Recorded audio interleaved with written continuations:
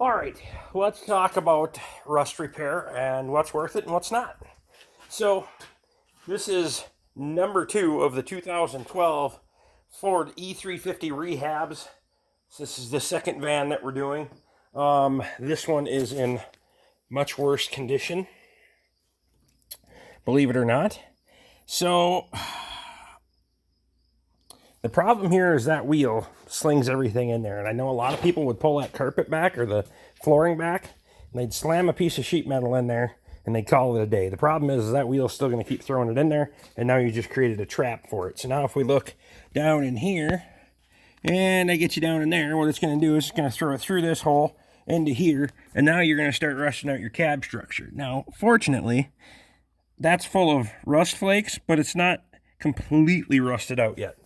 Now, I've done the rocker panel piece there, but when I come underneath here, I still need to bridge from here to the rocker panel because that piece is gone. So we need to fabricate a piece for that. So this little 18 gauge steel isn't going to be enough on its own to keep from bending, and we need to have that structure there anyway. So this, we have some heavier gauge. That's not quite eighth. Was it 3/16 or some 3/32, something like that? I think it's 3/32. So that is what we're going to use in here to give it a little bit of structure. Obviously, your feet are laying on it, and we need to get some of this sealed up. And yeah, we need to seal it from the road debris coming in, and this as well, because you have exhaust right there, so you don't want that heat coming up, potentially catching your flooring on fire and all of those things. Same thing over on this side. This side, again, this vehicle's got 350,000 miles on it, so we're not going to be able to save it forever, right? Here, we'll do rust repair on. We'll make a rocker panel for it. And again, we're custom bending these. I don't have a good source to be able to get replacement rocker panels for this application.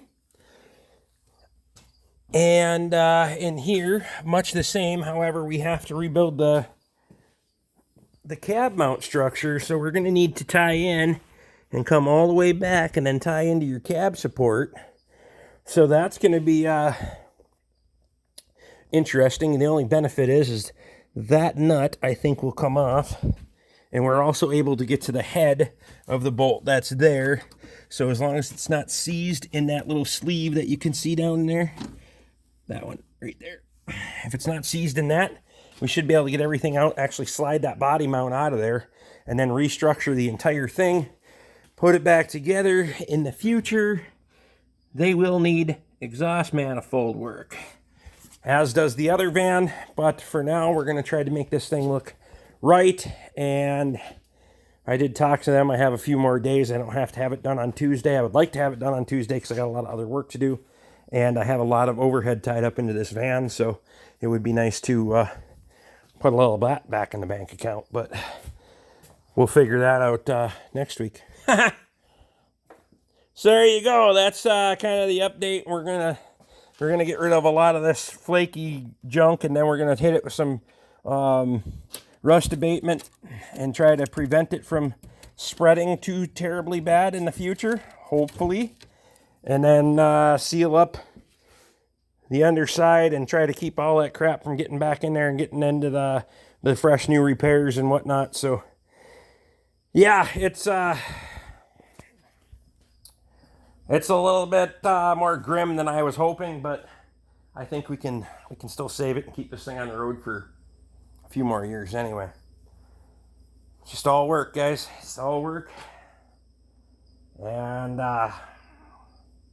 we're working the weekend. We gotta go to the pub.